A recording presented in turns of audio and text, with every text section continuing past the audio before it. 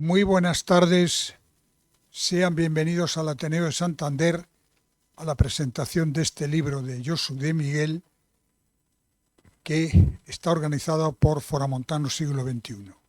Antes de comenzar, me gustaría pedirles que por favor nos pongamos en pie y guardemos un minuto de silencio por las víctimas, ya más de 150, que han perdido la vida entre Valencia, Castellón, Murcia y alguna en Alicante, y que mostremos así nuestra condolencia.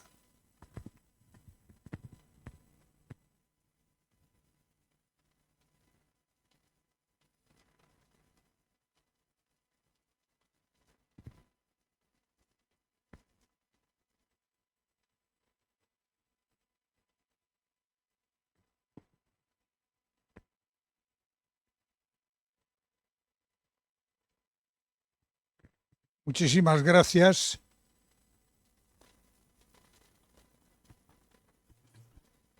Voy a pasar la palabra a Luis Martín Rebollo, catedrático de Derecho, que va a ser la persona que va a presentar y dialogar quizás con Josu de Miguel, el autor de este libro, que también les digo, se está vendiendo en la entrada, y al final de esta presentación estoy seguro que Josu de Miguel firmará ejemplares a aquellas personas que lo deseen.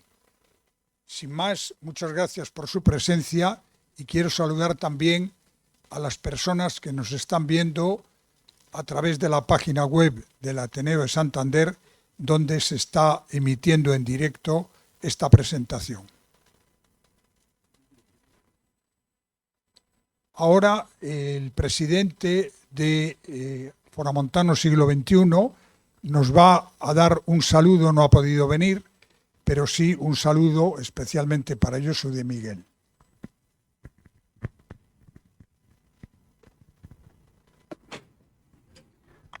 Muy buenas tardes, señoras y señores, queridos foramontanos. Bienvenidos todos a esta nueva sesión del ciclo Foramontanos en el Ateneo de Santander. Vamos a asistir hoy a la presentación, o van a asistir ustedes mejor a la presentación del libro del profesor de Miguel titulado Amnistía, una ley para olvidar.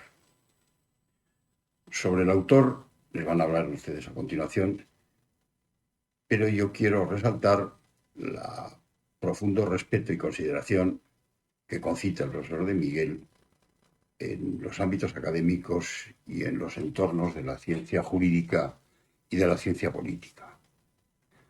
Se destacan el valor de su docencia, de sus investigaciones, de sus publicaciones y ese carácter de publicista que le hace estar muy activo en el debate político en la sociedad española. Sus artículos de fondo y de opinión, sus artículos sobre cuestiones jurídicas y políticas, concitan un enorme respeto, como les decía, y muestran que como buen foramontano se implica en la sociedad en la que vive, toma posición, ejerce la crítica y desde su conocimiento y de su saber propone nuevos enfoques, nuevas ideas y nuevas soluciones para mejorar la condición de vida de los ciudadanos y la mejora de las relaciones sociales. Sobre la obra, el título, Amnistía, una ley para olvidar, creo que es suficientemente ilustrativo. Pero antes de que aborden ustedes su presentación y el debate sobre la misma, no me resisto a señalar algunos aspectos.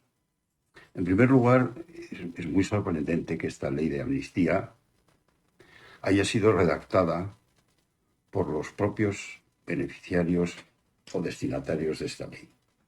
Cuando digo que es muy sorprendente, utilizo un eufemismo, por no utilizar otra calificación. Es también muy sorprendente que, a pesar de ser una ley, no tenga ese carácter de generalidad, sino que sus destinatarios sean muy pocos. Por lo tanto, tiene un ámbito, es una ley muy particular, por no decir particularísima. En tercer lugar, quiero, en mi opinión, señalar una cuestión que me parece muy preocupante.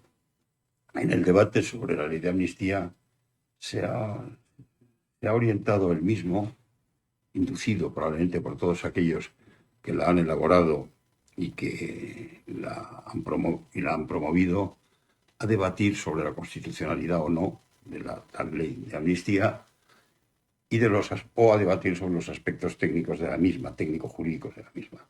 En mi opinión, cuando se plantea una cuestión como una ley de amnistía, hay que situarse en un momento anterior a la propia ley y plantearse qué es una amnistía, para qué sirve, en qué condiciones se puede otorgar, quiénes la pueden conceder y responder a estas preguntas y saber si efectivamente se han dado las condiciones previas para, en su caso, poder pensar en la elaboración de una ley de amnistía.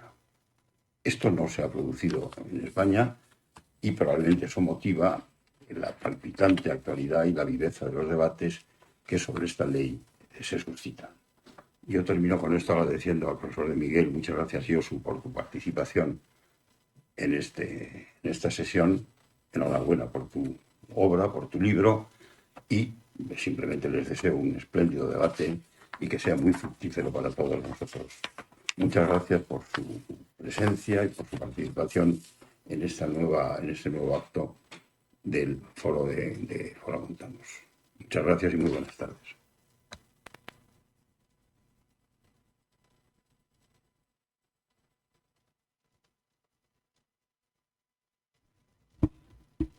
Buenas tardes a todos.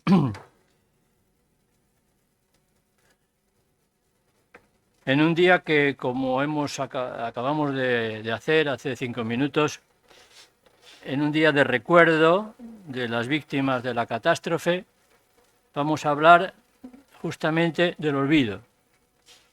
En un día cercano al recuerdo de otras catástrofes, el día 3 se recuerda la catástrofe de la primera explosión del Machichaco, en 1893. El día 3 se recuerda los 25 años del derrumbe de Valdecilla. El día 2 se recuerdan los difuntos, que no es solo Halloween, es los difuntos. Pues ese día es el que se ha elegido de forma no querida, sino coyuntural, para hablar de un libro sobre el olvido, sobre la amnesia, porque amnistía viene de amnesia, es decir, borrar, olvidar. Yo voy a presentar al autor y un poco resumir las tesis centrales del libro, que empiezo diciendo no es un libelo, él lo dice en la primera página. No es un libelo, por tanto, es un libro básicamente de historia. A la ley de amnistía, de la que se está hablando, le dedica 25 páginas, todas las 150 anteriores no tienen nada que ver con la Ley Orgánica 1/2024. Hablaremos de eso. Y querría decir algunas cosas de Josu de Miguel, que es profesor titular de Derecho Constitucional en la Universidad de Cantabria, que lo ha sido antes en la Universidad Autónoma de Barcelona y que procede de la UPV, del País Vasco, donde se licenció y donde se doctoró. Además de una obra académica significativa, plasmada en trabajos publicados en las revistas científicas de su especialidad, pues él ha sido desde hace ya muchos años un destacado divulgador científico.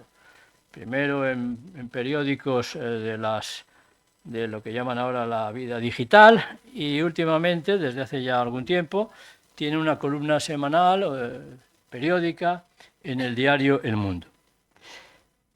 Me querría detener en uno de sus libros.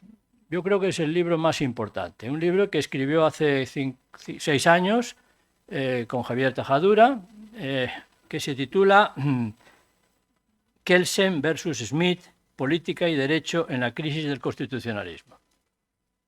Luego publicó otro, lo que él llama un breviario, otro parecido a este, sobre la historia de una idea. ¿Cuál es esa idea? La libertad. Pero querría decir 2 palabras a propósito de este libro al que acabo de hacer mención, Kelsen versus Smith, porque aunque sea de una manera cogida por los pelos, y de una forma indirecta tiene que ver con este. Tiene que ver con lo que este significa. A ver, ¿quién era Kelsen? Kelsen era judío, nació en Praga. Se dice, ¿es austríaco? Bueno, nació en Praga, era judío. Schmitt era antisemita y fue miembro del Partido Nacional Socialista. Los dos fueron dos grandísimos juristas, reconocidos por todo el mundo, grandísimos juristas. Kelsen es el padre, por así decir, cuando se estudiaba Derecho se hablaba de la pirámide kelsiana, es decir, en la cúspide de esa pirámide está la Constitución. Y es el padre de los tribunales constitucionales. Antes de 1900, lo digo porque, aunque aquí hay juristas, la mayor parte de la gente no son juristas. Pues bien, antes de 1929 no había tribunales constitucionales. Lo que quería decir, lo que se traducía en dos consecuencias. Una, que la ley era necesariamente legítima, porque no había nada por encima que sirviera de contraste. Y dos, que la Constitución acababa siendo más bien un símbolo que una norma jurídica. Por eso es tan importante un viejo trabajo del profesor García de Enterría, que hay que citarlo aquí en esta sede donde él vino muchas veces, que publicó inmediatamente nada más de publicarse la Constitución, en enero de 1979. Un trabajo que se llama La Constitución como norma jurídica. Ese trabajo ha tenido una influencia enorme en los tribunales, en todo eso, porque hasta entonces la Constitución se pensaba que podía ser simplemente un símbolo, un criterio simbólico, pero no una norma. Hoy eso nos parece una obviedad, pero en 1979 no era en absoluto una obviedad. Y entonces, ¿dónde publica Enterría ese trabajo que ha tenido tantísimo éxito? No lo publica en revistas de Derecho Constitucional ni de Derecho Administrativo, lo publica en la revista jurídica dogmática por excelencia, el Anuario de Derecho Civil, porque él lo que quería es que la Constitución se considerara efectivamente como una norma jurídica, como efectivamente los tribunales enseguida aceptaron, asumiendo ese trabajo que tuvo tantísima proyección. Pues bien, el padre de los tribunales constitucionales es Kelsen. Es al que se le ocurre esa idea que se plasma en Austria en 1929. Schmitt, por su parte, como digo, pues no es que tuviera veleidades, es que fue militante del Partido Nacional Socialista. Pero fue un gran jurista, parte de cuyos libros están traducidos al castellano, y es el teórico de algo que está sucediendo ahora, la dialéctica amigo-enemigo, la dialéctica de yo o tú, la dialéctica de los de izquierdas y los de derechas, la dialéctica, digamos, del enfrentamiento. Y es también el teórico de la Constitución que dice el mejor defensor de la Constitución es el jefe del Estado cuando ejercita precisamente poderes excepcionales. En un mundo en el que ahora mismo vivimos la crisis del parlamentarismo, crisis que está ahí y que la volvemos a ver, hay que recordar que Schmitt forma parte de ese proceso de crisis del parlamentarismo que se produce en Europa entre el final de la Primera Guerra Mundial y el principio de la Segunda. Por cierto, aprovecho para decir, entre paréntesis, que hay una magnífica exposición sobre este tema en Madrid estos días, sobre el Weimar, sobre la República de Weimar. La República de Weimar que se instala al final de la Primera Guerra Mundial, 1919, y termina en definitiva en 1933, aunque, como dijo una persona que, en fin, en su momento, la Constitución de Weimar nunca fue formalmente derogada. Nunca fue formalmente derogada. Bien, pues el libro que hoy presentamos tiene algo que ver con estos autores, porque, como digo, apunta a esa dualidad de la polarización, Schmitt, y al papel del Tribunal Constitucional, Kelsen, que antes no existía. Y en ese contexto, el autor, aquí presente, nos oferta este libro, que es, como él dice, un breviario. No es un libro solo sobre la ley de amnistía de junio pasado. Es un libro de historia, y de historia de un concepto. Por eso empieza remontándose a Grecia. Las primeras 10 o 15 páginas son sobre la amnistía en Grecia. Es un libro, por eso, que habla de historia, y eso tiene una dificultad, que el resultado es que es demasiado concentrado. A veces es tan denso y tan concentrado que no es siempre fácil de leer. Precisamente porque es un libro muy bien ilustrado, es decir, reproduce, dando por sabidas, pues muchas cosas que no hay que dar por sabidas, porque no las sabemos, es decir, cosas de la historia de España, de acontecimientos que tuvieron lugar a mediados del XIX o en otros momentos. Por tanto, es un libro para la reflexión. Proporciona argumentos, proporciona criterios, proporciona también dudas, y dudas para las coincidencias y para las discrepancias, porque precisamente es un libro que sugiere cosas en las cuales a veces el lector, cualquier lector, coincide, y otras veces cualquier lector discrepa. Por la primera parte, como digo, es una apelación a la historia, y de ahí salta enseguida a la historia de la España constitucional, poniendo ejemplos de las numerosísimas amnistías que ha habido en España. A ver si nos creemos que no ha habido muchísimas. Ha habido muchísimas. Tantas que, como él dice en algún momento, estaban pensadas para el siguiente golpe de Estado. De forma de manera que se pensaba que iba a ser gratis, y esa era la forma de que lo más que te podía pasar pues era unos años de exilio y poco más. En consecuencia, hay que leer la parte de cuando se quiere que no haya más amnistías, para cortar esa dinámica que tiene que ver con las sublevaciones militares tan frecuentes, por desgracia, en nuestro país. Porque se pensaba que la sublevación era gratis o prácticamente gratis. Y eso invitaría, como digo, a poner límites materiales a la amnistía, o límites procedimentales, como sucede en algunos países, donde sus constituciones exigen que la ley o las normas que aprueben una amnistía se aprueben con una mayoría cualificada que vaya más allá de la mayoría absoluta. De modo que eso justificaría precisamente que la previsión estuviera en el texto constitucional. Pasa después revista el libro, pegando un salto muy grande, a un capítulo que me parece especialmente interesante, que es el de la amnistía o las amnistías, porque hubo dos grandes y alguna más pequeña en la transición. Empezando por un decreto de 1975 y acabando con la ley de amnistía de 1977, que es un poco el pilar sobre el que se monta después la Constitución. El autor se detiene en particular en la tramitación de la ley de amnistía 46-77, una ley muy importante, importantísima diría yo, una ley que conviene leerla para saber qué es lo que dice, porque a veces las leyes no dicen lo que los que las leen dicen que dicen. Es decir, por ejemplo, abro un paréntesis, la famosísima sentencia del Tribunal Constitucional sobre el Estatut de Cataluña no dice lo que se ha dicho que dice, por tanto hay que leerla. Lo que pasa es que tiene 264 páginas y es un pelín tedioso. Es más fácil simplificarla en un dato. Porque la sentencia no dice más que lo que venía diciendo el Tribunal Constitucional desde hacía mucho tiempo. Es decir, desde hacía mucho tiempo. O sea que, bueno, pues la ley de amnistía le pasa un poco por decir.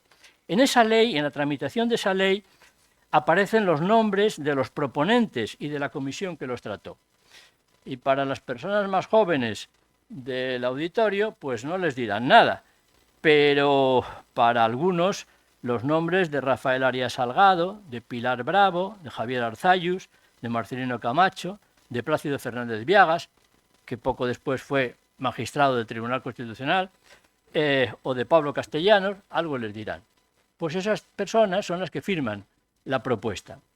Reproduce el autor en este libro varios episodios de la tramitación parlamentaria de la ley y destaca algunas intervenciones memorables. Por ejemplo, esta, cito textualmente: la amnistía es simplemente olvido, de todos y para todos.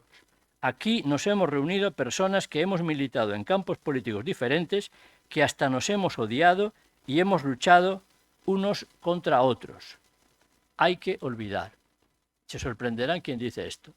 Un señor que había sido jesuita, que se llamaba Javier Artayus.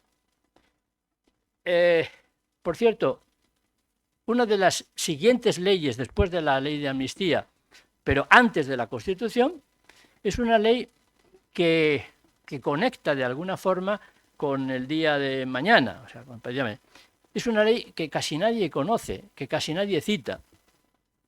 Es la ley de cementerios. Es una ley de 3 artículos. Es la ley que ordena derribar las tapias de los cementerios municipales para que los españoles no estén separados después de muertos en función de sus creencias. Y esa es la que ordena derribar las tapias.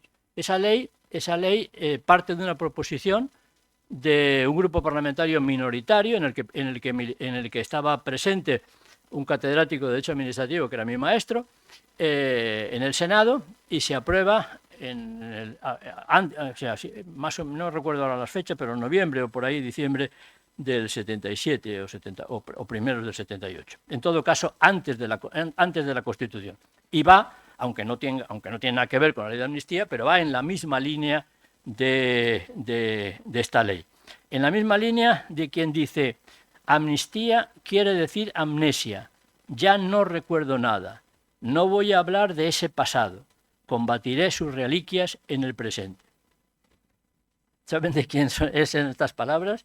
Pues de una persona, de un diputado, pues absolutamente marginal en ese momento, que también era cura, que se llamaba Luis María Siriñac.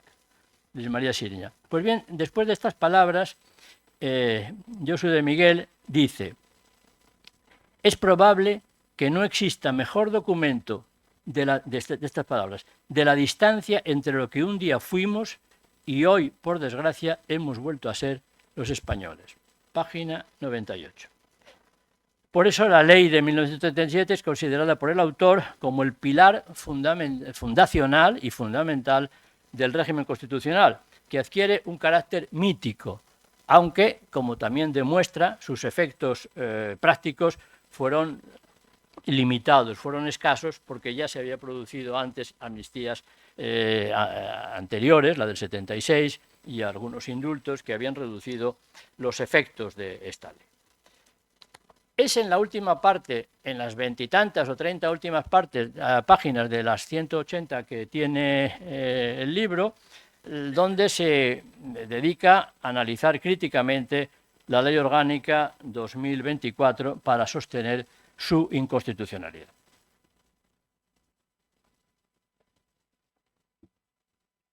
La amnistía de junio pasado, o sea, la ley de amnistía de junio pasado, ha sido objeto de numerosísimos trabajos, tanto en prensa como en medios académicos. Por cierto, uno de los libros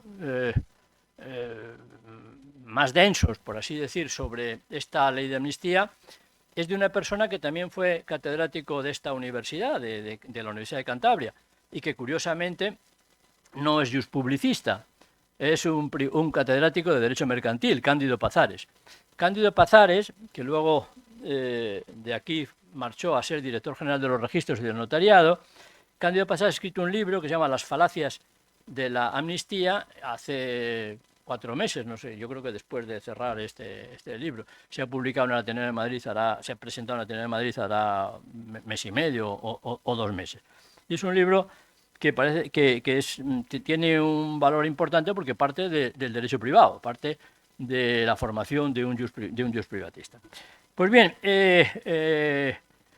sobre esta ley, como digo, ha habido y hay una abundantísima bibliografía donde, por desgracia, se mezclan con frecuencia los planteamientos estrictamente políticos y los planteamientos estrictamente jurídicos. Y eso es lo que hace que haya un totum revolutum en los cuales no siempre es fácil orientarse. ¿Por qué? Porque hay 2 planos en la reflexión o en la crítica.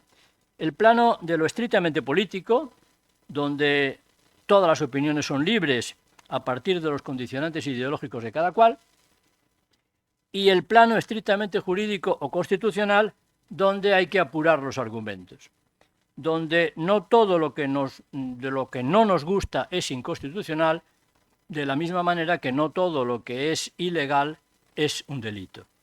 Aquí es donde entran los argumentos de quienes sostienen con argumentos la constitucionalidad de la ley. No piensen que no los hay, y del mundo académico, con los argumentos de los que, como el autor y yo mismo, se decantan o nos decantamos por la inconstitucionalidad. Antes de abordar la crítica de la ley, el libro que estamos presentando se entra de lleno en un terreno más complicado, porque es el terreno de los tecnicismos, es el terreno de los conceptos. Y ahí aparece lo que él llama la terminología del olvido, es decir, aparece la distinción entre el indulto individual, los indultos generales, aparece el tema de la regulación fiscal o amnistía fiscal, aparece la despenalización, que al final es lo mismo que la amnistía, o tiene efectos muy parecidos a los de la amnistía. Es decir, si se despenaliza una conducta, los efectos vía Constitución y Derecho Penal son retroactivos y el resultado no es lo mismo, pero tiene efectos relativamente parecidos. Y finalmente, la amnistía como tal. Un repaso de los efectos de la amnistía termina este capítulo deteniéndose especialmente en los efectos sobre una cuestión civil, es decir, los efectos sobre la responsabilidad civil o patrimonial derivada de los delitos que se borran o se olvidan. Bien, y ya para concentrar o acabar, viene la argumentación sobre la inconstitucionalidad de la ley. El autor asume la inconstitucionalidad de la Ley Orgánica 1/2024 y lo hace básicamente por una razón, aunque luego hay, digamos, otras razones adicionales, pero que son subsidiarias de la principal. Y la razón fundamental no es posible una ley de esta naturaleza si no está prevista en la Constitución, porque la ley de amnistía no es una ley, no es propiamente una ley, porque la ley de amnistía no se beneficiaría de la famosa vinculación negativa. ¿Qué es la vinculación negativa para los que no son juristas? Pues es la idea que viene del constitucionalismo inglés. La cita Enterría en su manual, en su curso hace mucho tiempo, diciendo la ley lo puede todo menos convertir a un hombre en mujer.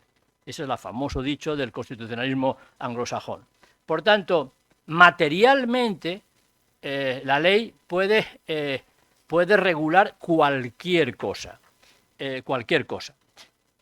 Cuestión distinta es que esa cosa, tal y como lo regula esa ley, luego sea inconstitucional, por violar principios, valores, artículos, etc. Pero materialmente, así como el reglamento no puede regular nada más que lo que la ley le permite y tal. Claro, el argumento automáticamente cambia y dice, pero si no es una ley, entonces si no es una ley, es otra cosa. Y esa otra cosa, es decir, entonces, ¿cuál es esa otra cosa? Esa otra cosa tiene que estar en la Constitución. Por ejemplo, pues aprobar el presupuesto, que no es necesariamente una ley. Hay una ley de presupuestos, pero por esa razón el Tribunal Constitucional dijo que todo lo que no sea estructura presupuestaria, que no puede ir a la ley de presupuestos, porque sería una ley, por así decir, peculiar. O otro tipo de cuestiones que están enumeradas en la Constitución. Es así que la amnistía no está enumerada en la Constitución. Es así que la amnistía no es propiamente una ley, ergo, si no está en la Constitución, una ley que regule lo que tenía que estar y no está, es inconstitucional. Ese es, a mi juicio, el argumento principal. Afirma, por ejemplo, que en puridad la amnistía no es una ley en sentido formal, sino algo distinto. No voy a entrar a cuestionar este tema, porque es el punto central, donde hay aspectos donde se puede estar de acuerdo y otros donde se puede discrepar.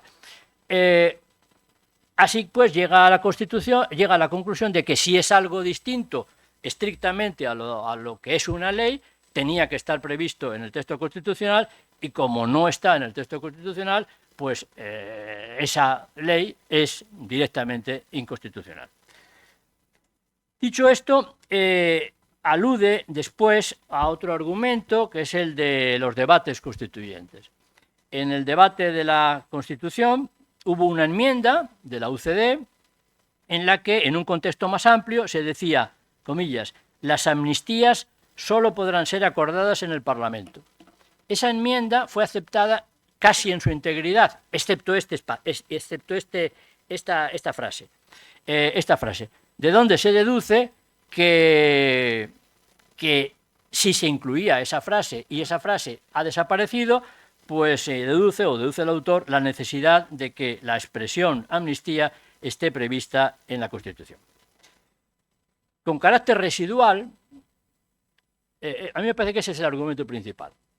Y por tanto es un argumento que puede suscitar seguidores y detractores. No entramos en él. Pero además de ese argumento hay otros argumentos residuales. Y hay uno, a mi juicio, muy sólido.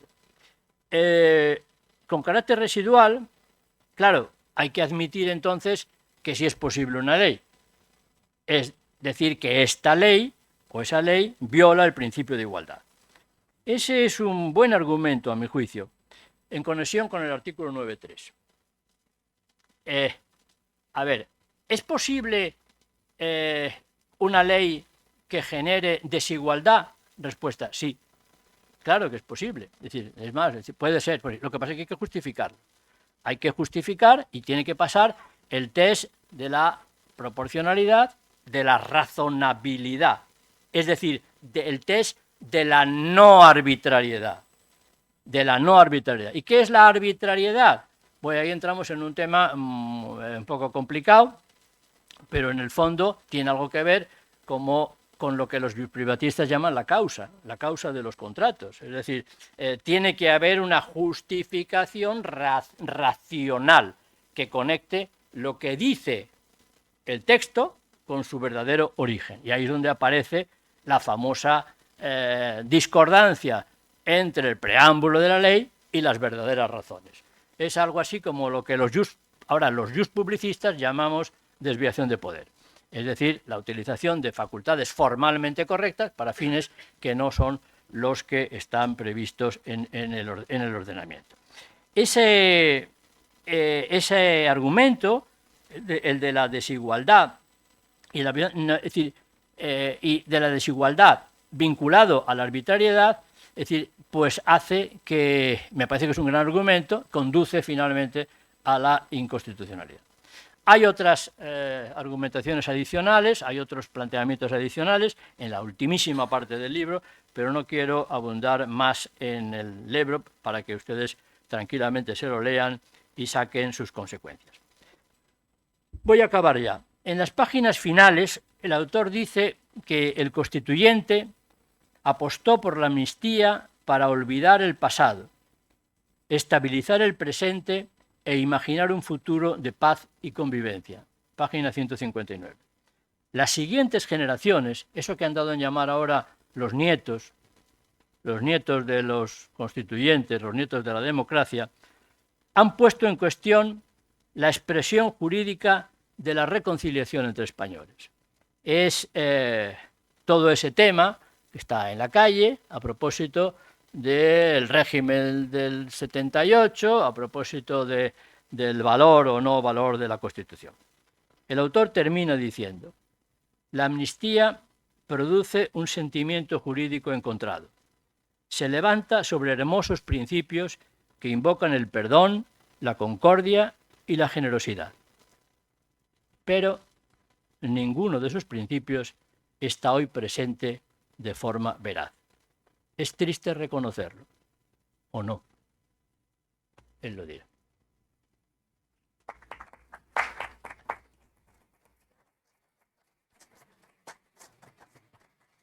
Muchas gracias, Luis. La verdad es que ya me esperaba que el profesor Martín Regoy iba a hacer una aproximación muy precisa del libro, así que ya me queda muy poco a mí por decir, porque nos ha contado casi todo y con mucha esa actitud. Bueno, primero, dar las gracias a todos ustedes por estar aquí, evidentemente a Formontanos por la invitación, al Ateneo, a los amigos que habéis venido, un 31, víspera de fiesta, hay alumnos, hay profesores de la facultad, amigos, familiares, y por lo tanto estoy muy feliz. Y además me ha presentado Luis, al cual admiro mucho, y me hacía mucha ilusión que se leyera el libro y que me lo presentara de manera tan amable. Bueno, estamos en un día un poco raro porque efectivamente, pues con este panorama, ¿no?, de los fallecidos en Valencia, ¿no? Decíamos arriba, o decía yo más bien que a lo mejor nos convendría volver a ser un pueblo de ingenieros como los romanos y de juristas, porque, bueno, la situación es muy complicada. Dejando esto de lado, bueno, este libro, pues voy a hablar un poco de por qué nace el libro y demás, porque los argumentos ya están planteados, alguna matización haré, pero poquitas más, porque yo con Luis tengo muy pocas diferencias en este asunto. Este libro nace del aborto de otro libro, porque yo me quise hacer o prometí hacer un libro, me comprometí a hacer un libro sobre memoria y constitución, memoria histórica y constitución, pero me bloqueé y no era capaz de hacerlo. Entonces, como ya venía estudiando temas de amnistía y ha dicho clarísimamente el profesor Martín Rebollo que hay mucha historia y ya había leído bastante historia sobre el tema, les propuse a los editores hacer un libro sobre la ley de amnistía y sobre la amnistía en general, porque esto es un breviario sobre el concepto. A mí me gustan los conceptos y la historia de los conceptos mucho, ¿no? Recorrer históricamente de dónde vienen y qué significan. Por eso hay una parte etimológica en el libro. Me parece que tengo que decir algo de los editores. Bueno, a ver, ir al cine no nos hace cinéfilos, pero leer libros nos hace más cultos. Yo les invito a que compren libros, no este en particular, todos en general, y los lean. Esta es una editorial pequeña que tiene una conexión importante con Santander, es sevillana, porque dos de los editores son tres. Ignacio Garmendia está casado con Rocío, que es una chica que era de aquí de Santander, es de Santander. Y Manuel Rosal está casado con una gran pintora cántabra del Valle de Nansa, está su hermana aquí, que es Elvia Cosío, que es una de las mejores pintoras de España, que ha ganado premios y que expone en galerías. Entonces, ellos han editado todo lo que tiene Paulino Biota, por ejemplo, el director y cineasta, y bueno, es una editorial que está muy presente en Santander. Me hacía mucha ilusión también decirlo hoy, porque hacen libros extraordinarios, no porque el contenido sea bueno, sino porque tienen una edición estupenda, un papel magnífico, huelen muy bien, y además este es un libro que se puede meter en la solapa de la americana y llevar a cualquier sitio para leer. Tercera cosa, este es un libro para dialogar. No es un libro, es decir, no se acaba la democracia en España por una ley de amnistía, tranquilidad. Se acabarán por otras cosas, es decir, a lo mejor para ver lo que nos pasa es mejor leer a Gibbon, ¿no?, y la decadencia del Imperio Romano que la teoría de las crisis de Carlos Marx. La democracia en España está mal por otras cuestiones y desde hace muchos años. Y esta ley de amnistía pues puede ser un elemento más, ¿no?, de esa decadencia o esa degradación, pero no nos pongamos nerviosos. Es un libro que se ha hecho para hablar, ¿no?, y para, sobre todo, presentar conceptos. La última parte, evidentemente, yo me postulo, quizá uno no debe hacerlo, pero en fin, ya que se pone a pensar un poco, pues yo tengo una construcción y una idea de ley que es distinta a la de Luis. Él tiene una idea más administrativa, porque es un profesor de derecho administrativo, cultivado en el derecho constitucional, pero yo ya me he criado con la idea de Estado constitucional y ley constitucional, que para mí es más limitada, porque yo creo mucho en el límite. Por lo tanto, pues es un libro para discutir y hablar, bien, con tranquilidad, con sosiego. Y yo creo sinceramente que este libro tiene carencias, pero es el primer libro que es serio que sale sobre la amnistía en España, sobre esta y sobre el concepto, porque lo que se había escrito hasta ahora, el de Linde está muy bien, pero Linde hablaba muchas cosas de oído, y lo que hemos ido haciendo así al montón, no al peso, eso no vale de gran cosa. Lo que ha sacado mi amigo Manuel Aragón y demás, esos tomos, eso se ha hecho con prisa y sin pensar mucho. Habrá muchos libros mucho mejores que este, pero este es el primero que, al menos, no digo que académicamente, pero sí de un perfil un poco intelectual, un poco más sobrio y tranquilo, lo aborda. Me pongo una pequeña medalla. El libro es un libro que tiene ideas y hallazgos, porque yo escribo así. Es verdad que yo he escrito libros sistemáticos, pero a mí me gustan los libros con ideas y con hallazgos. No, a veces, claro, es un libro que tiene una desventaja, quizá va dando saltos, pero puede leerse cada capítulo casi por separado, ¿no? Puedes coger cada uno de los capítulos e ir leyendo. Por cierto, se lee en una tarde, o sea que no tiene mayor problemas. Bueno, en España he contado yo aquí, pero me he dejado algunas 35 amnistías desde el año 1832. En 1820 el profesor Manuel Estrada me dijo que había otra, efectivamente, en el trienio liberal hubo una, que no se llamó así, pero empieza ya con María Cristina en 1832 y tenemos unas 35. Me he debido de dejar algunas, y no he podido hacer un gráfico porque es un libro pequeño donde no entran gráficos. 35 amnistías son muchas en realidad, y no he hecho un estudio comparado de otros países. Mi impresión, el hallazgo que tengo yo, y que creo que en el libro queda bastante claro, es que la amnistía, dice, claro, es consecuencia de la inestabilidad, ¿no? El famoso péndulo, que yo no creo mucho en él, entre constituciones progresistas y constituciones conservadoras, porque yo creo que España se explica mejor con el concepto de ciclo, no de péndulo. En esto Jordi Solé Turá y su discípulo Eliseo Aja hicieron aquel libro de los péndulos constitucionales, pero ya no sirve. Hay que pensar la historia constitucional española desde 1812 hasta 1931-36, que es un ciclo constitucional donde los españoles ambicionan una democracia parlamentaria. Bien en forma de monarquía o en forma de república. Eso es lo que quieren. España es un país parlamentario, otros tienen otras tradiciones. Federalismo, en fin, lo que queramos. El republicanismo francés, Maquiavelo en Italia. En España el parlamentarismo. Está claro, desde 1812, con idas y venidas. Bien, la amnistía muestra la inestabilidad, ¿no? Claro, hay guerras civiles, las guerras carlistas, la guerra civil del 36... Hay cambios de régimen notables y constantes. No es algo privativo de los españoles, italianos, franceses, alemanes. Con la excepción del Reino Unido, los demás cambiábamos bastante de constitución. No somos un país muy distinto a los demás. Y sobre todo había muchas sublevaciones cívico-militares, que acababan, como ha señalado el profesor Martín Rebollo, de una manera muy sencilla. Me voy al exilio 1 o 2 años y cuando ganen los míos me harán una amnistía y volveré.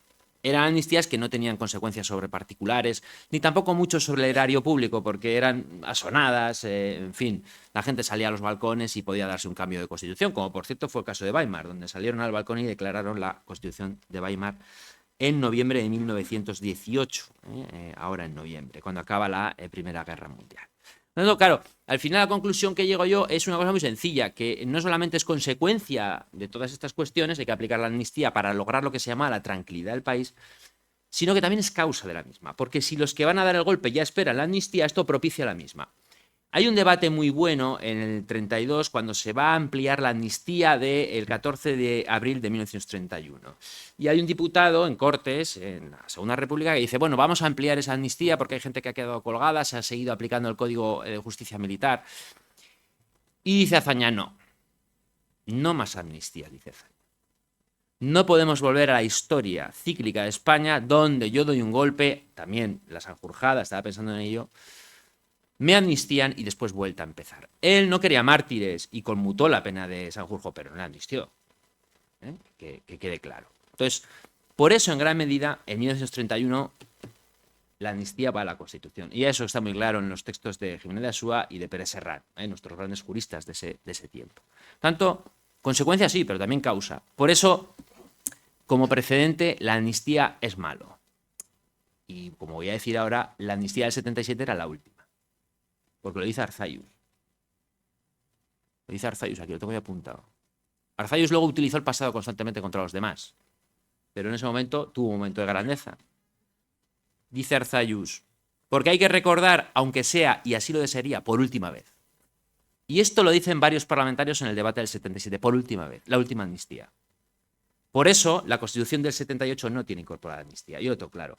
Lo digo aquí, no lo diré en sitios académicos porque alguno se molestaría, pero lo tengo claro, los constituyentes no querían incorporar la amnistía y no la pusieron, porque creían que era la última. ¿Se ha quedado después el tema abierto? Sí, podemos discutir, pero no querían más amnistías, porque pensaban que esta es la última constitución. El último intento, si fallamos este no hay más. Pues el país ya, cada uno irá por su lado, ya me entiendo. Bien. ¿Por qué traigo Grecia? Porque hay un cierto paralelismo. En Grecia hubo dos dictaduras, 410 a.C., la dictadura de los 400. Ahí se hace una justicia de transición, por así decirlo, con pues ostracismos, iba a decir fusilamientos, pero no, ajusticiamientos, y luego una legislación antitiránica muy fuerte. Es decir, allí nació la primera legislación militante de la democracia, en el 410. Y en el 403 tienen otra vez otra dictadura, la de los 30 tiranos. Y después de la guerra viene Trasíbulo, viene Arquino, vienen todos los grandes héroes de la Atenas clásica, y dicen, bueno, ahora tenemos que volver a ser una comunidad política, dicen los griegos, entonces vamos a aplicar la amnistía. Ya la conocían de Solón, de Clístenes, de otros, pero vamos a hacer por primera vez un pacto de amnistía, un juramento público, un tratado y un decreto de amnistía. Y ese decreto es prohibido recordar. Es una negación del recuerdo freudiano.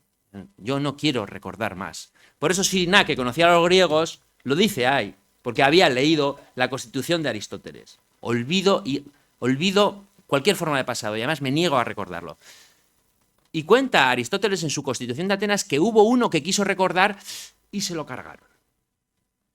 Lo enjuiciaron y inmediatamente lo ajusticiaron. No se podía recordar el pasado, porque había que construir una comunidad política nueva. Y curiosamente, con esa amnistía surge por primera vez en la historia una especie, no digo de Estado constitucional, algo parecido, porque escriben la ley, porque la ley es constitución, porque los decretos pueden ser declarados inconstitucionales. Tenían un sistema de inconstitucionalidad los griegos. Pues bien, yo encuentro un cierto paralelismo con los españoles en el 31 y en el 77. En el 31 los españoles fuimos justicieros, enjuiciamos al rey, lo echamos de España, le quitamos sus propiedades y sus títulos, echamos a ministros y los condenamos. Y además en la amnistía del 14 de abril amnistiamos a todos los republicanos, pero los funcionarios y los miembros del gobierno de la dictadura y de la restauración no estaban amnistiados. Por lo tanto, era una amnistía parcial. E hicimos, por lo tanto, un proceso transicional, pues justiciero, ¿no? De una justicia transicional fuerte. En el 77 no queremos eso. Y los que estaban en el 77 conocían bien la Segunda República. Puede parecer que nosotros ya no la conocemos, no tenemos ni idea.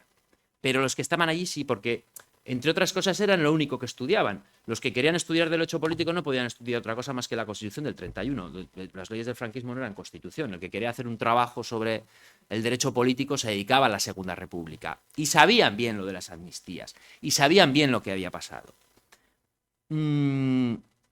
Hallazgos.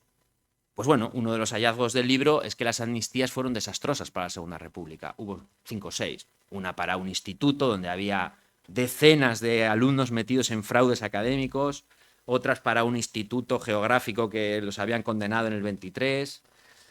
La amnistía del 34 fue desastrosa porque, aparte de amnistiar a los de la Sanjurjada, terminó incorporando al ejército a personas como Mola y como Millán Astray. Los amnistían para formar otra vez parte de las más altas instancias del ejército. La amnistía del 36 fue absolutamente desastrosa y un hallazgo del libro que nadie había encontrado, yo lo he encontrado. Uno de los amnistiados del 36 por lo ocurrido en octubre del 34 en Asturias fue uno que participó en el asesinato de Calvo Sotelo. O sea, esto de las amnistías en la Segunda República tuvo mucha más importancia de lo que parece. Y yo creo que ese es un capítulo del libro más importante que todos los demás, porque demuestra que la cosa no funcionó bien en la Segunda República. Así que por eso yo también, claro, me muestro contrario, ¿no?, a recuperar una institución complicada. ¿Es una institución? Sí, y ya desde el 19 es una institución.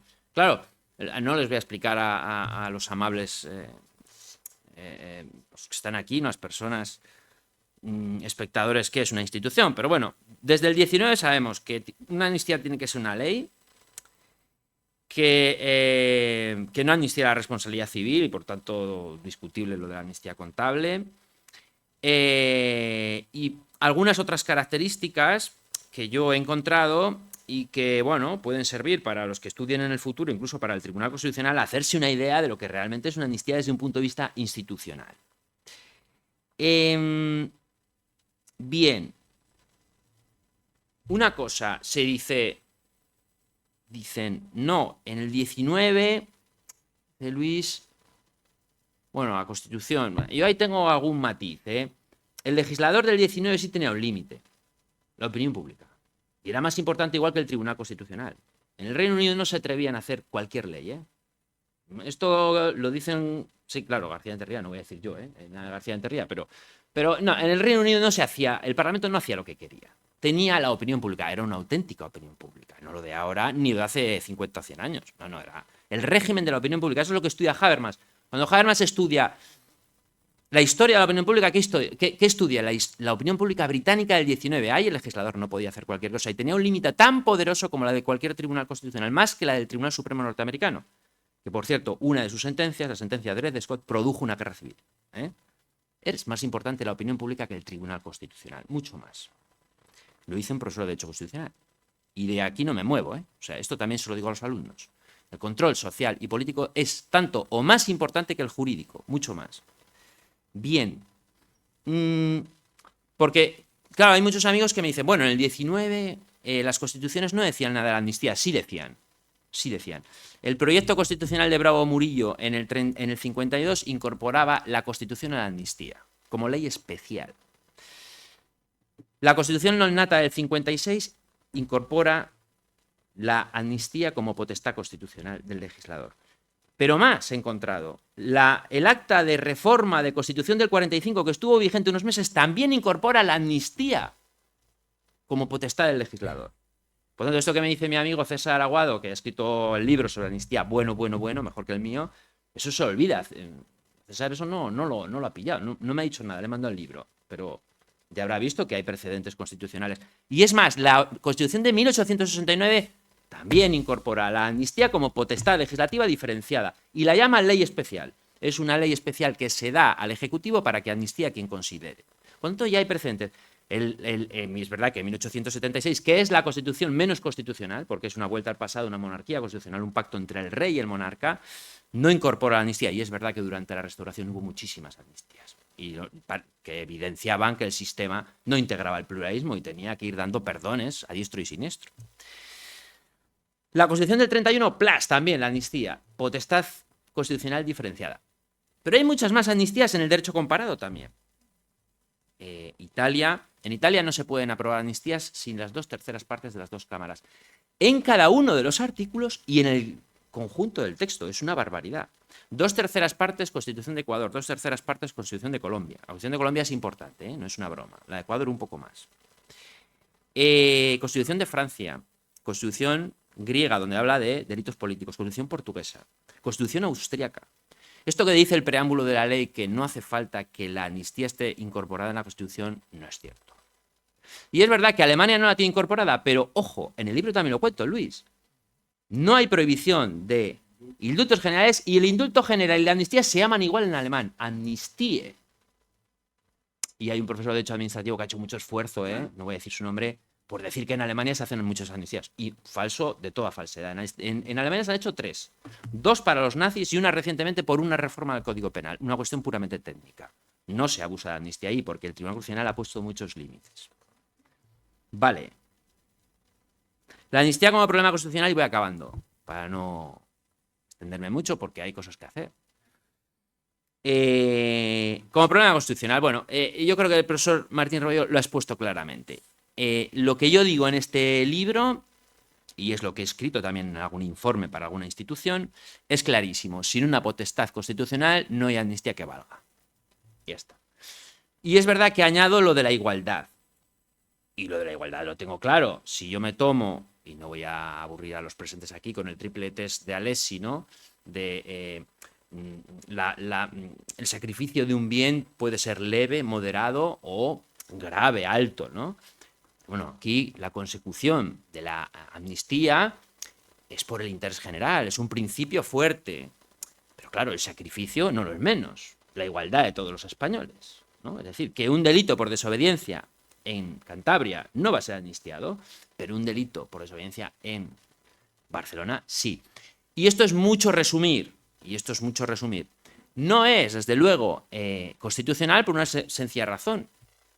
Primero, porque el legislador en el preámbulo confunde el fin o el objetivo con el medio, ¿no? Dice, no, bueno, devolver el conflicto político a sus cauces institucionales. Bueno, pero si el conflicto político es lo que ha causado el problema constitucional. O sea, el problema es el procés. Eso no se puede reconducir de ningún modo institucionalmente, porque es un proceso de secesión. No es un diálogo territorial. Yo viví allí 9 años, del 12 al 21. Y tengo un libro sobre el procés. Y me lo conozco entero, de pe a pa. Aquello no fue un conflicto político, fue otra cosa. Fue un proceso de secesión, que no tuvo éxito, por suerte, porque los órganos del Estado estaban fuertes. Hoy no sé lo que pasaría. Y desde luego, el día que tengan la hacienda propia, la secesión tendrá éxito. Eso no tengáis dudas, porque en realidad el procés lo paró a finales de septiembre Montoro cuando dejó de enviar dinero, con un simple decreto ministerial, o sea, una orden ministerial. Se acabó el flujo de dinero a Cataluña. Vale. Por lo tanto, desde el punto de vista de la igualdad, es un problema. No se justifica la racionalidad y creo que el sacrificio del principio de igualdad, que es especialmente importante, sobre todo en materia penal, porque claro, puede haber leyes desiguales, todas las que se quieran, porque al fin y al cabo vivimos en el mundo de la diferencia y de las identidades, y a veces hay que discriminar para dar igualdad. Pero este no es el caso, es materia penal. Y en el derecho penal hay muy pocas sentencias del Tribunal Constitucional sobre desigualdad de la ley. Hay una, y puede ser un precedente. No lo digo aquí porque no tengo sitio, ¿eh? Este libro en realidad tenía 200 y pico páginas, pero claro, es un breviario. ¿Dónde? En la ley de violencia de género. Ahí es donde el tribunal por primera vez aplica un test de desigualdad a la aplicación de la ley penal. Y es un precedente que puede ser utilizado en cierto modo, ¿eh? En fin, creo que hay suficientes datos históricos y comparados para pensar que efectivamente la ley no es que sea... La ley es formalmente una ley, pero materialmente no lo es. Eso es lo que digo yo en el libro. Realmente no lo es. Tiene aspecto de ley, pero yo creo que es más bien un acto soberano. Porque borrar el pasado, es decir, es verdad que la despenalización tiene los mismos efectos, pero la amnistía es importante. En el libro lo digo muy claramente. La amnistía borra el pasado. O sea, los hechos no han existido para el legislador, no han existido. Excepto el dinero. Excepto el dinero, efectivamente. Pero el dinero también pretende ser amnistiado. Yo digo que no puede ser amnistiado, claro, obviamente, porque es una responsabilidad civil. Vale. Y termino. La España del futuro, ¿un sistema constitucional con amnistía o sin amnistía? Pues bueno, el Tribunal Constitucional dirá. ¿Y qué vamos a hacer? Pues aceptar lo que diga el tribunal. Nosotros lo que hacemos es proporcionarle argumentos y tendrá que decidir. A mí, particularmente, me parece una cosa muy clara. ¿Puede que el tribunal pase esto? Puede que sí. Y hay buenos argumentos para hacerlo. Yo no tengo los mejores. Yo tengo unos. Y en el mercado de las ideas, ¿verdad? Se comprarán las que más convengan o las que, oye, pues más convenzan. Solo un detalle. Me suelen preguntar bastante por qué la aplicación de la ley de amnistía está siendo problemática. Y está siendo problemática, pero en realidad no se está siendo aplicada. O sea, si ustedes miran los datos que salen publicados, verán que a policías y funcionarios se les ha aplicado en un 100%. A manifestantes y miembros de la sociedad civil, digamos que en un 60-70%, y a políticos muy pocos. No se les está aplicando la ley de amnistía. Vuelvo a 1977. El 15 de octubre del 77 fue la primera ley que aprobó el Parlamento Democrático. Por eso digo en el libro que es condición de legitimidad constitucional. Y digo más, ya que García Enterría nos dijo que nuestra democracia era derecho, lo importante de la Constitución es su supremacía y el Tribunal Constitucional. Y yo lo que defiendo en este libro es que la supremacía en gran medida depende de la consistencia de esa ley de amnistía, que se ha ido erosionando con los años. Y un ejemplo es la ley de memoria democrática. Bien, a lo que voy. El 15 de octubre del 77 se aprueba la amnistía. Pues bien, el 7 de diciembre del 77 sale el último etarra de la cárcel. Un mes y medio, ¿no? Un mes y 3 semanas. Y se acabó. Luego hubo después que lo de la Unión Militar Democrática, hubo que ampliar la amnistía, algunos otros aspectos que me he dejado por ahí. Y ciertamente nos podemos preguntar, Luis, ¿por qué los magistrados y los jueces franquistas aplicaron la amnistía de una manera tan inmediata y automática? Una tesis, bueno, pues porque eran los jueces la boca de la ley, ¿no? Ellos, jueces, no interpretaban, aplicaban lo que la ley decía, no era la Constitución no funcionaba, no podían interpretar, ¿no? Materialmente, no. Pero yo creo que sí había una razón de fondo, que toda la judicatura pensaba que era una ley justa. ¿Por qué? Porque, hombre, era el perdón que le pedían los demócratas a todos los que habían desde el 39 y el 36 muerto por España, exiliados y vivido en una dictadura durísima. Y como era un acto de perdón, esto lo dice Daniel Gascón muy bien. España pide perdón a los amnistiados. Y los jueces, como era un acto de justicia, la aplican. ¿Por qué hoy el Tribunal Supremo se niega a aplicar partes de esta amnistía? El TSJ, Audiencia Nacional, se presentan cuestiones de inconstitucionalidad y cuestiones prejudiciales. Y termino. Pues porque gran parte de la judicatura piensa que es una ley injusta. Nada más, con todo lo que ello conlleva. Nada más y muchas gracias.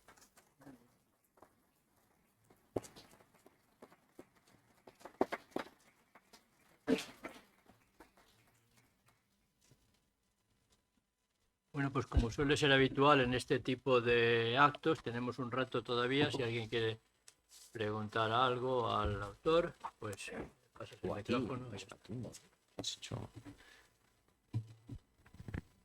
Muy buenas tardes. No se trata de la amnistía, pero quería hacerle una pregunta porque he estado hojeando el libro y no lo he encontrado. Habla de que uno de los que asesinaron a Calvo Sotelo había sido amnistiado. ¿Era Barcia, el masón? No, que sí, vamos, que si usted me da el nombre. Sí, el nombre está aquí. Sí, yo no me lo sé de memoria. Yo no sé de memoria, pero está aquí. Sí, clarísimamente. Yo se lo digo ahora mismo. Se lo digo.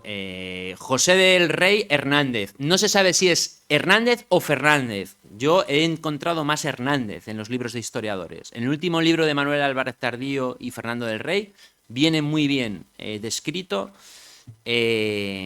el asesinato, bueno, todo lo que pasa entre las elecciones y el golpe. Y en ese libro se señala que en unos sitios viene José del Rey Hernández y en otros Fernández. Yo he optado por Hernández, que es por lo que optan ellos.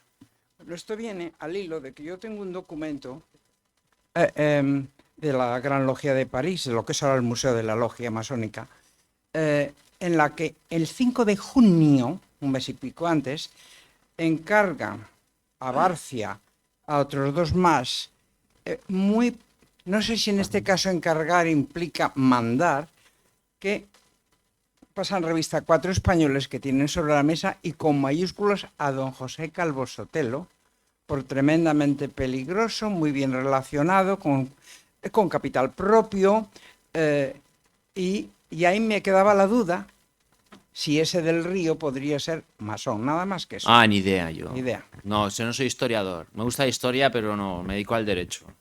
Gracias. Una consulta o para que digas tu opinión. Porque has dicho que uno de los problemas que tiene la ley es que, claro, la exposición de motivos dice una cosa y todos sabemos que la exposición de motivos no refleja las verdaderas intenciones de la ley. Lo que antes ha hablado el profesor Martín de Rebollo de la causa en el contrato civil, esto sería una causa torpe. Esto es una posible causa torpe. Entonces, lo que pasa es que, claro, eso ya supondría meterse, si alguien quiere declarar inconstitucionalidad por esas razones, en harina política, por así decirlo. Oiga, que aquí lo que se premia es la investidura de un señor. Y lo que se está haciendo es cambiar impunidad por investidura, que puede ser incluso tomado como un acto de corrupción. Bueno. Entonces, ese es, vamos, porque claro, tú sostienes que no es una ley, pero para muchos lo es, está amparado por el artículo 66.2, potestad legislativa. Creo que la sentencia hay sentencia del 83 de la LOAFCA que dice esto de que la potestad legislativa, bueno, pues no sé si es omnímoda, pero casi, etcétera, etcétera. ¿Tú cómo verías tú la posibilidad de que para declarar inconstitucional la ley nos metiéramos en semejante harina? No, yo Gracias, Luis. No. Vamos a ver. Yo en el libro, en las primeras páginas, ya lo verás, lo que digo es que creo que las leyes no tienen fines. Igual él sí, ¿eh? Es distinto a mí. Quiero decir, somos juristas distintos. Luis, yo creo que en el fondo sí cree, corrígeme, de que esa causa torpe puede ser motivo de arbitrariedad. ¿Tú lo crees? Bien. Yo lo único que llego a decir en todo el libro sobre eso es la cita del principio. Razones no de Estado, sino de establo. Baltasar Gracián. Y después digo, el Tribunal Constitucional nunca jamás, ni en este caso ni en otros, va a entrar en las causas y fines políticos de una ley. Y solo va a abordar su constitucionalidad comparando en abstracto normas. Y solo digo, aquellos que se dedican al derecho civil, las causas, yo aquí lo que encuentro es una simulación. Lo digo al principio. Hay simulaciones absolutas cuando el matrimonio no existe y hay simulaciones relativas cuando debajo del contrato hay otro contrato, las donaciones que se hacen, ¿verdad?, para heredar. Pues esto sería parecido. La ley tiene un objetivo explícito en la exposición de motivos. Devolver la tranquilidad a Cataluña, encauzar el conflicto político, devolver la tranquilidad institucional, pero obviamente todos sabemos que se ha hecho para una investidura, es un cambio de cromos. ¿Eso lo puede abordar el Tribunal Constitucional? No, de ningún modo, en mi opinión. Tienen que ser cuestiones puramente jurídicas. Yo sí digo que la ley es arbitraria es porque vulnera el 14, la igualdad, pero no el 9.3.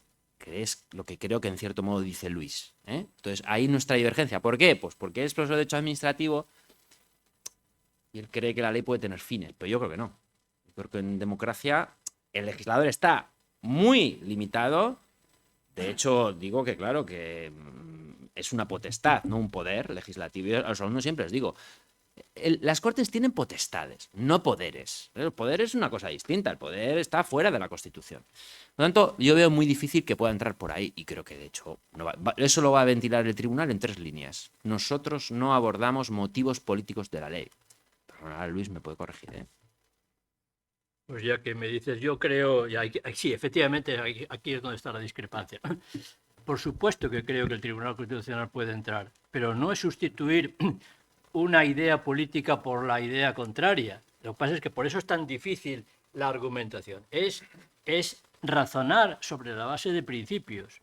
Esa es un poco la... Bueno, y el 9.3 es un juego de principios y el 10 también.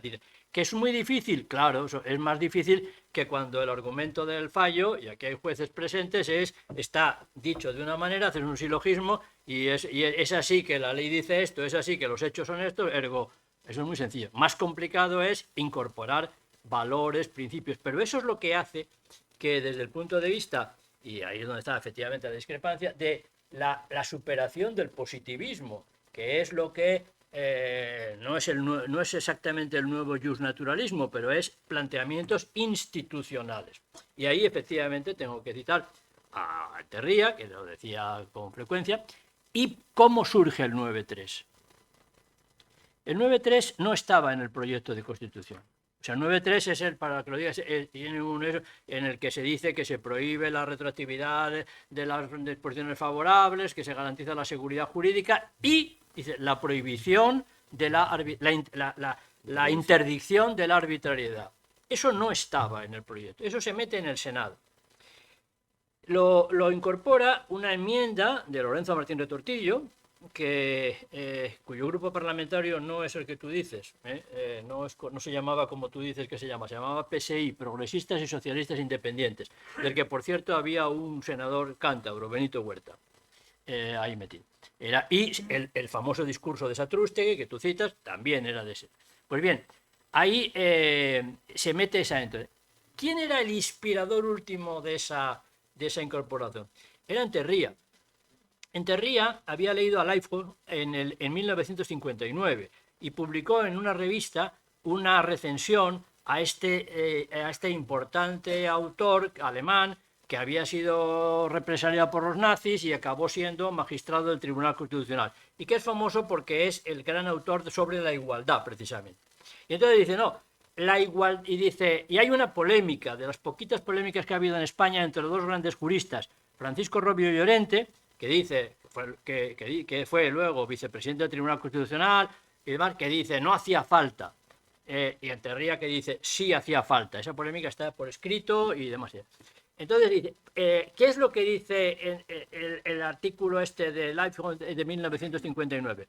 Pues lo que dice es que la igualdad sola a lo mejor no es un argumento, pero que la igualdad, ahora se dice de otra manera, con el test, etc., sino que algo viola el principio de igualdad cuando no hay una justificación razonable, cuando la desigualdad es arbitraria. ¿Y qué significa ser arbitrario? Que no tiene una que no tiene una fundamentación razonable.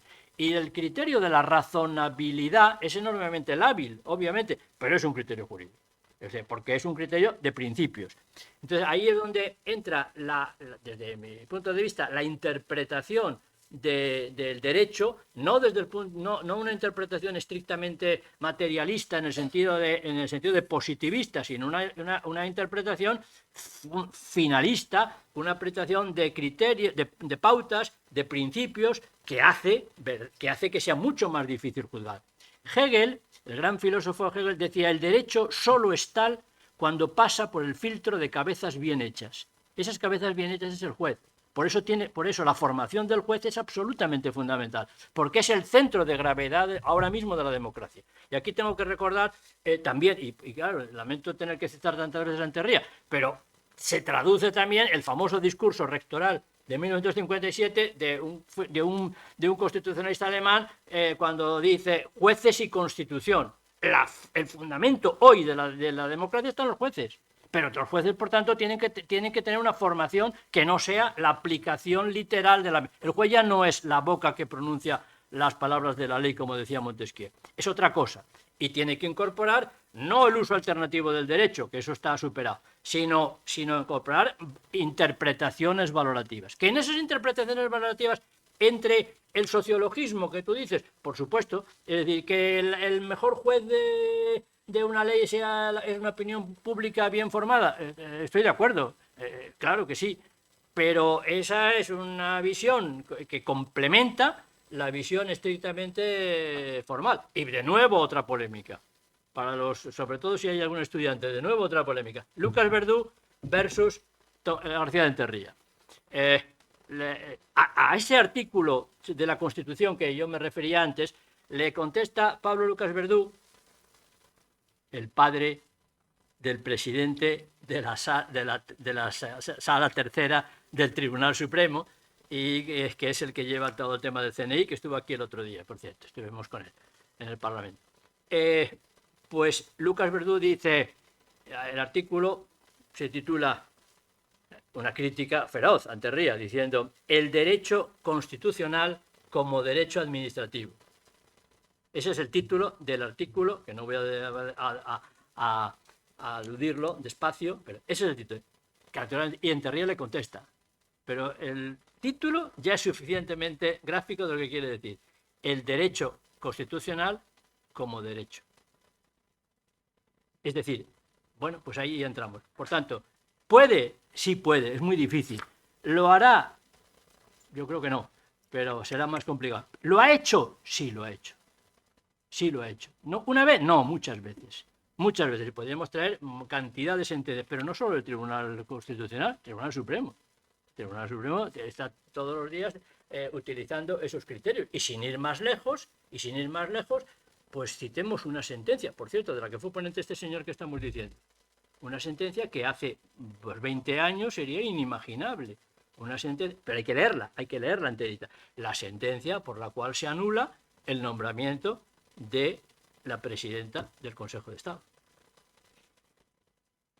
El gran problema de esa sentencia era la legitimación, pero una vez superada la legitimación, pues es un silogismo sobre la base de principios. ¿El reconocido prestigio es algo, digamos, tangible? Pues no lo es. Pero la buena conducta que exige la Unión Europea para conducir camiones, que está en una directiva, no es menos imprecisa. Está en una directiva.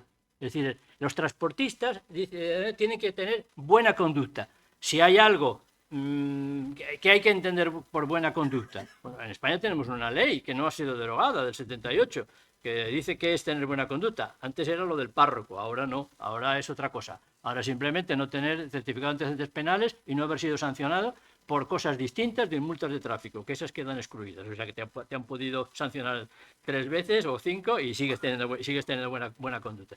Bueno, en resumidas cuentas, yo sí creo que los tribunales pueden lo que pasa es que se les pone un mecanismo de argumentación más difícil y por eso el juez es tanto mejor cuanto mejor son los abogados.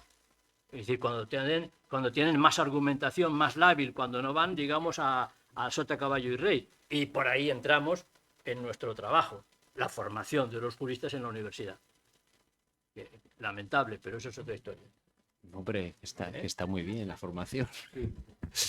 Pues, Luis. Un poco al hilo de lo que decía el anterior, y un poco yo en la tesis del profesor Martín Rebollo, hay una cosa que no sé si dices en el libro, ¿no? Porque yo creo que efectivamente, aparte de la cosa estrictamente jurídica, hay una interpretación global. Entonces, hay algo que yo siempre llamo que es la prueba del algodón de por qué la causa es falsa y por qué todo el preámbulo es falso. Y es la siguiente: salían los medios, era público, entonces le estaban exigiendo al gobierno que aprobara la ley de amnistía antes de elegir a Pedro Sánchez. Se votaba el jueves y le dijeron, no sé si lo dices en el libro, dijeron: no vamos a votar si no presentáis la proposición de ley de amnistía antes de votar. ¿Qué pasó? Que el lunes presentaron la proposición de ley y el jueves votaron. Eso es lo que yo llamo la prueba del algodón. Lo demás sobra, porque es público, notorio, y ahí está probado. Por eso sorprende un poco que le des tan pocas posibilidades a un argumento con una prueba así. Ninguna. Y además, siento decirlo, pero vamos, esto se lo va a ventilar el tribunal en 10 líneas. Lo siento, pero vamos, es un buen argumento. Por eso yo voy por el otro lado, el de la necesidad de un reconocimiento constitucional. Es que, vamos a ver, el juez constitucional interpreta de una manera muy distinta al juez de lo administrativo y de lo contencioso. Es que es otro mundo. Las pautas interpretativas del juez constitucional son muy distintas y no atiende a los fines de la ley. No le interesan tanto. Y bueno, la ley del 77 no tenía exposición de motivos, no tenía preámbulo. Los preámbulos de las leyes son muy importantes. Y al hilo de esto, no quiero entrar en polémica, Luis, pero ¿cuántas leyes ha anulado el Tribunal Constitucional por ser arbitrarias? 3, 2. La del tráfico, ¿te acuerdas? Esto del baremo de tráfico. Y una ley de Baleares que hicieron una expropiación a un señor y le hicieron sin exposición de motivos y se la cargaron. Es muy difícil. Yo, por eso, no es que con el tribunal actual, las mayorías dentro del tribunal, este argumento tiene muy poco recorrido. Entonces yo por eso he preferido el argumento de estudiar la amnistía desde un punto de vista puramente constitucional, conceptual constitucional. ¿Debe de estar en una constitución? Mi conclusión es que sí, porque entiendo que es muy potente, sus efectos son muy potentes para la desigualdad y para la separación de poderes, que no hemos hablado, para la separación de poderes, porque la amnistía impropia, que es la de amnistiar una ley que ya es cosa juzgada, ojo con eso también. Lo que el juez definitivamente, el derecho que vierte en la realidad de manera definitiva, que es res judicata, que es cosa juzgada, yo no estoy seguro que lo pueda hacer un legislador cambiarlo. Yo en el libro también lo digo, creo que desde el principio de separación de poderes sí es un principio, además jurídicamente lo ha usado el tribunal en numerosas ocasiones. También por ahí pueden ir los tiros. O sea, pero esto de la causa final de la norma, y hago una precisión más. En un contexto de gobiernos de coalición, esto tiene poco apoyo. ¿Por qué? Porque muchas veces decimos, bueno, es que el Partido Socialista no llevaba en su programa la ley de amnistía, y es verdad, pero es que ha tenido que hacer un gobierno de coalición y ha tenido que acordar con otras mayorías parlamentarias. Y en un contexto fluido de acuerdos, el programa electoral yo diría que vale poco en el fondo, ¿no? Porque tienes que llegar a acuerdos con otros partidos para gobernar. No estoy diciendo que esté de acuerdo. Lo que les estoy poniendo encima de la mesa es una democracia parlamentaria con acuerdos distintos y con mayorías más o menos inestables o tal, donde hay que pues, llegar a acuerdos para formar investiduras. Entonces, claro, el fondo político de la amnistía a mí personalmente me puede indignar como ciudadano, pero como jurista me ha importado poco. Por eso lo he cifrado solamente en esta cita de Baltasar Gracián. Bueno, razones de establo, no de Estado. Por eso lo he dejado ahí. Pero vamos, que las otras posturas también son razonables. A lo mejor el tribunal tira por ahí. Perdón, en eso que, respondiendo tú, hay un artículo de Javier Delgado Barrio, que fue presidente del Tribunal Supremo y de Magistrado, que yo cito en el artículo que vi sobre este asunto, centrándose en lo de la arbitrariedad, donde dice exactamente esto, dice que hay cosas que la ley de enjuiciamiento civil dice que no necesitan prueba. Decir que a las 12 de la mañana sucedieron los hechos y no hay que probar que a las 12 de la mañana es de día. Pues eso de hacer de la necesidad virtud no es necesario probarlo. Es decir, pues estoy coincido con lo que no es necesario probarlo. De modo manera que por ahí van los tiros de la argumentación de lo de la arbitrariedad, que es donde yo me he centrado en el artículo publicado, que por cierto no me citas. Pues sí, es verdad. No te cito, pero yo creo porque leí más tarde de mandarlo. Sí, es verdad. En un volumen de los 45 años de la Constitución, que escribimos 20 y tantas personas y que se habla un poco de los 45 años de la Constitución y que en febrero pasado fuimos a entregárselo a Su Majestad el Rey, con el presidente o el director de la Academia de la Lengua por delante, mi colega y amigo Santiago Muñoz Machado, que es el director de esta revista. Que por cierto, para los que sean juristas, pues le voy a hacer publicidad. Se llama El Cronista del Estado Social y Democrático de Derecho. Tiene 60.000 suscriptores. O sea que no es broma. Y no es una revista, digamos, de andar por casa, por tanto, de temas jurídicos. Y presidente de la RAE. Presidente de la RAE. Sí, el presidente de la director de la RAE. Director, ¿no? Bueno, al hilo de lo último que... Bueno, lo primero, felicitar al conferenciante. Gracias. No sé si se oye bien. Al Sí, hilo sí. de lo último que he escuchado, la cosa juzgada no es imbatible desde el punto de vista del derecho de la Unión. Hay jurisprudencia del Tribunal de Justicia que ya lo ha dicho muy claro. Pero yo quería hacer una pregunta un poco general, pero yo creo que no está exenta de interés. ¿Tiene una opinión, ya sé que es un poco general la pregunta, ¿tiene una opinión el conferenciante sobre el recorrido que pueda tener el cuestionamiento que se ha hecho ya, que ya estamos en ese escenario, por los jueces españoles desde el punto de vista del derecho de la Unión? No, para mí constituye un misterio.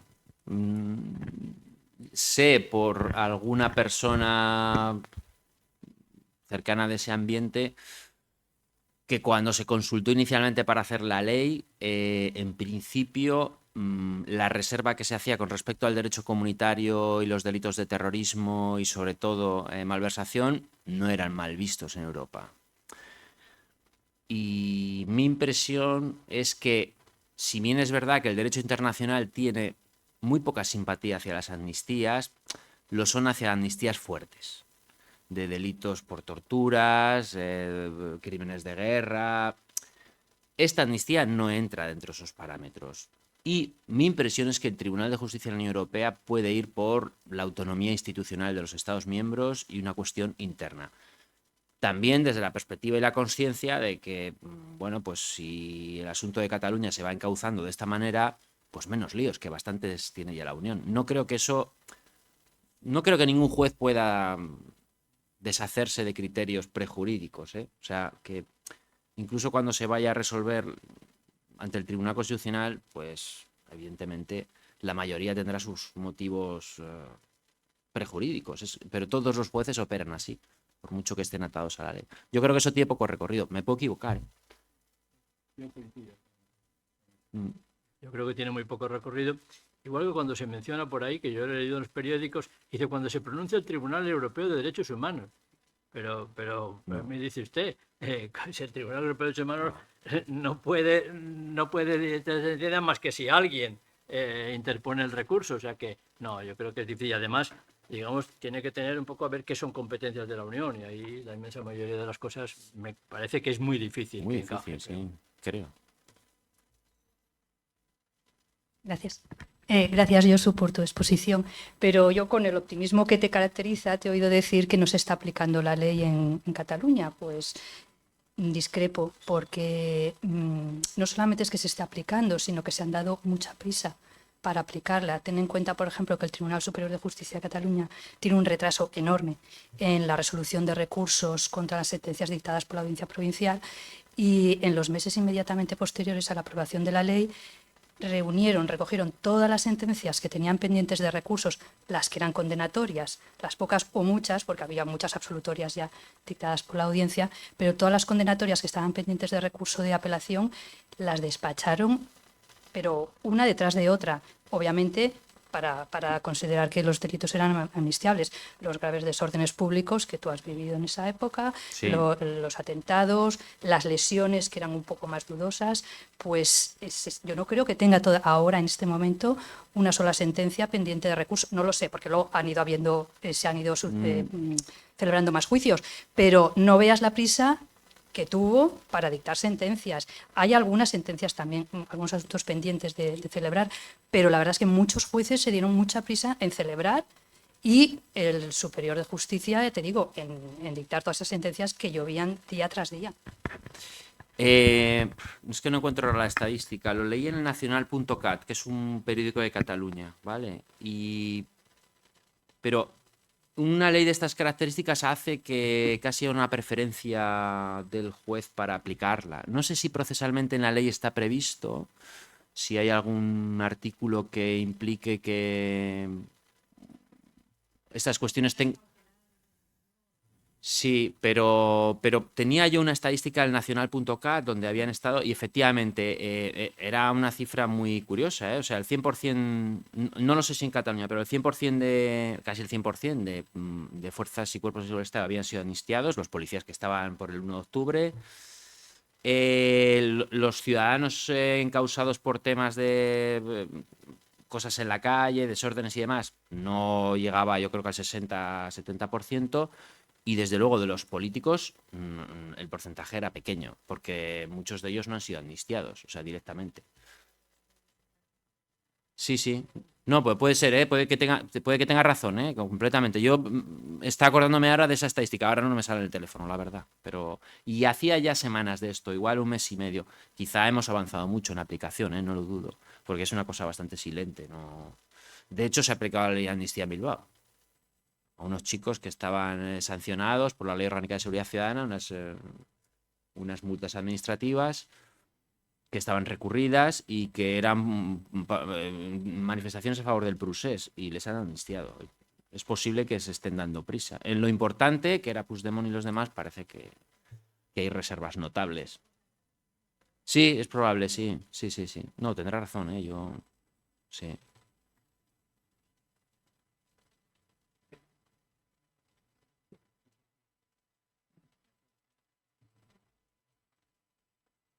¿Alguien más? Nada, entonces.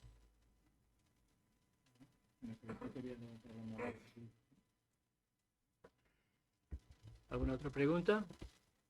Bien, pues muchísimas gracias. Enhorabuena a Josu de Miguel. Y como dijo el presidente, ahí fuera hay libros para el que quiera adquirir alguno.